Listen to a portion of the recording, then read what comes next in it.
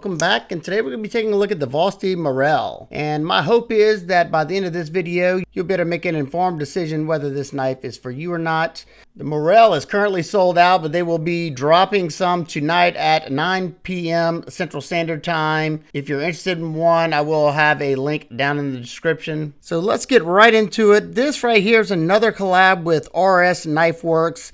The same designer of the RSKOS, one of their most popular knives so far. And what we have here is a medium-sized EDC knife at 7.16 inches overall length with a 2.9-inch sheep's foot blade of N690 steel, which I have mixed feelings on because I've had some that performed really well and some not so much. It's pretty similar to VG10, but I've had some that I've tested that have performed better than VG10, so we'll just have to find out ourselves. We have a blade stock thickness of 0.12, so a little thick for its size. We have a compound ground, like I said, sheep's foot blade, nice stonewash finish, top swedge that thins out that tip. Excellent utility blade shape. This compound ground portion, you have a thicker portion right here, and it thins out up here in the front. So this thicker portion is around 24 thousandths behind the edge, and the thinner portion up here comes in at around 16 to 17 thousandths behind the edge. This is probably one of my favorite blade shapes because you have a very, very slight belly because that tip sits below the center line of the pivot. So it makes it very easy to get down on material if you want to pull through something. And you still have a point for piercing if you needed to. I'm kind of interested to see how this compound ground blade will perform. Let's find out.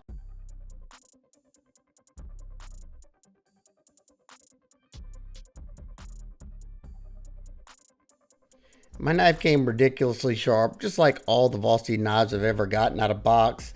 And it's performing nicely. You know, you're not going to really see any crazy performance difference doing, single wall cardboard. But the blade shape, just as I expected, is making great passes through the cardboard effortlessly. And I'm not sure, but I feel like I'm catching the cardboard after the thicker portion. But it's hard to tell. Now we're gonna test the ergos and see how well this knife wants to bite. And I was kind of worried here because the aluminum scales have some hard angles. Now, whenever I was pushing light pressure into it to make the finer curls, it was fine. And whenever I really started bearing down, I had a minor hot spot, and I will try to show you all that whenever we get back to the regular portion of the video. But there's a portion underneath the handle in the back that I don't really love. And like I said, there's some hard lines on the aluminum, but they really weren't as uncomfortable as I expected them to be. Like I said, didn't really notice anything until I really started bearing down into the wood. And other than that, no hot spots. Pretty nice and comfortable. Now, like I said, easy to make those drag cuts because I can get that tip down into what I'm cutting. No problem. At this portion, it's still performing nicely. Feels like it has good bite to it. It's not as thin as I would like it behind the edge. I think it's the edge bevel, and I'm going to sharpen it up after I finish this testing. But it feels like you can usually tell when it has, if it's like under 20 degrees per side. I can usually tell by the slicing capabilities. Now here I can feel that the knife has some good bite to it. We'll see once we go to the 1/2-inch sisal rope, but so far so good. I'm enjoying it, and it's comfortable in that pinch grip. Right away, man oh man, just watch. It's mainly doing push cuts. And I'm out in my garage right now doing this, and it's kind of in a funky setup, but you got to do what you got to do. And I decided, being this is the last test and I really want to see how this N690 was going to perform for me, I decided to take it a little further than I normally do on, sub $100 knives. And I cut a longer piece of sisal rope just to see how many cuts I could actually make. And after we finish this, we'll test the edge and see how it's holding up. But we end up making 96 cuts, which is excellent. I've had some, more expensive knives than this, not perform that well. So I'm definitely not disappointed in the N690. I'll see how it sharpens back up, and that also gives me it's a good indicator on how the heat treat is on it. But I've never had a bad Vosteed heat treat so far. I don't recall hearing too many people say they've had any, so pretty positive experience. And there's some things I really love about the knife, some things I don't love, but that's with every knife. You can't love them all, and you can't love everything on the knife. So definitely easy to do these type of cuts though, because of how that belly's gradual to that tip. Flat surface cutting was very easy, and yeah, I think it performed great. Y'all let me know what y'all think.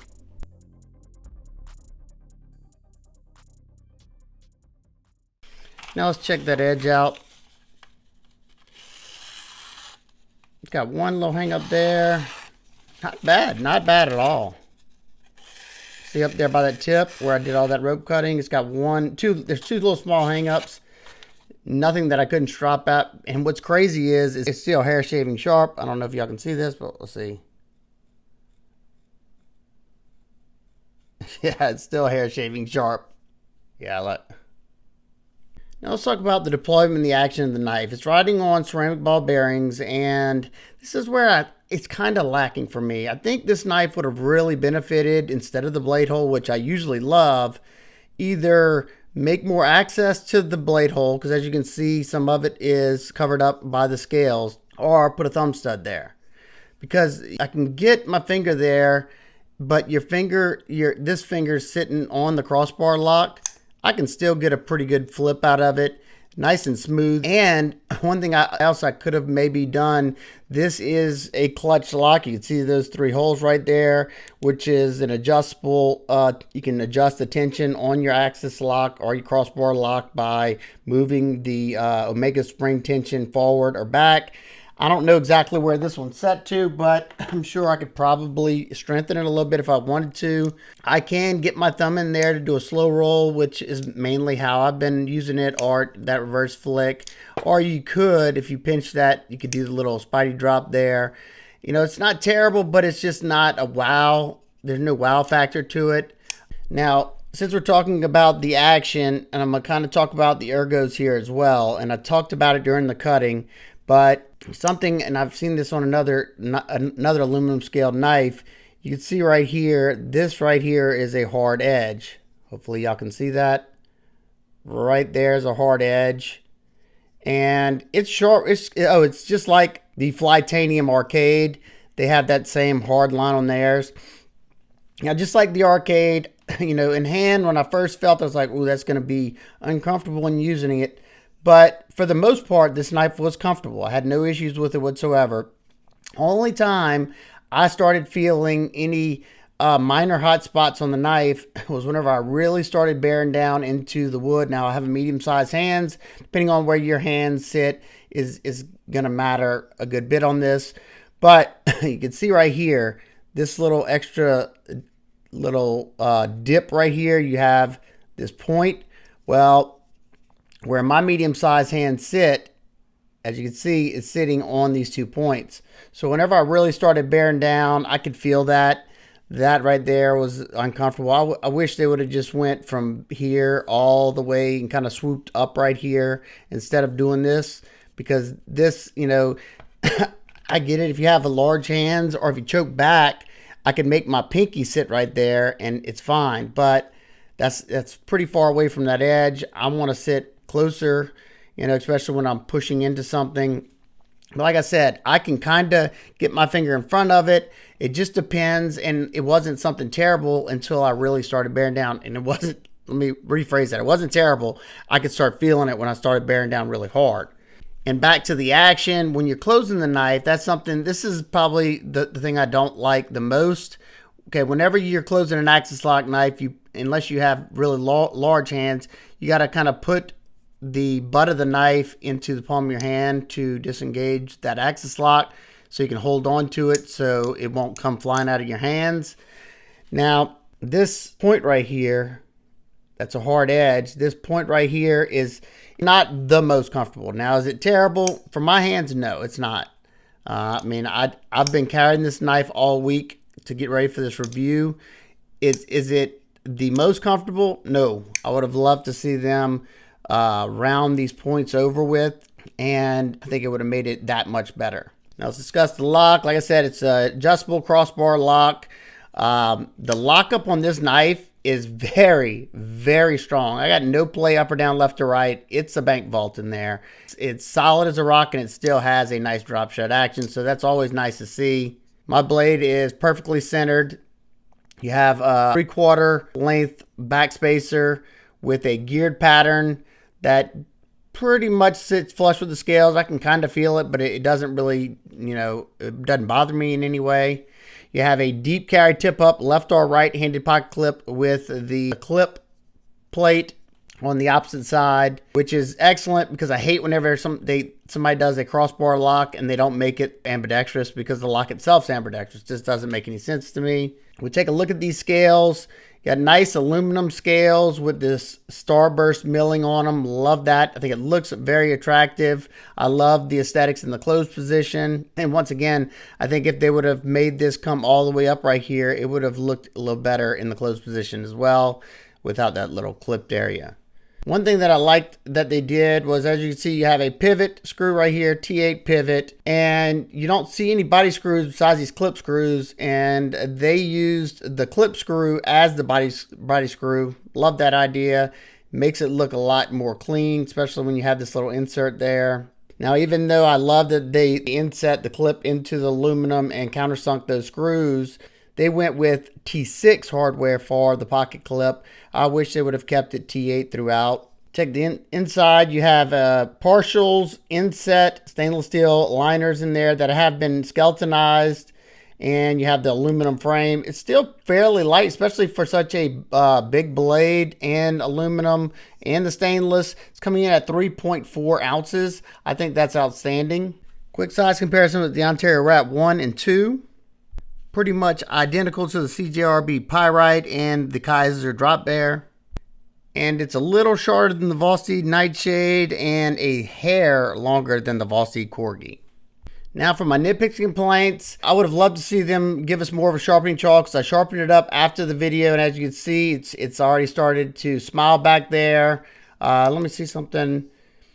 I can fix it. You just got to be careful. You do not want to get close to where that crossbar lock is hitting the blade in the closed position.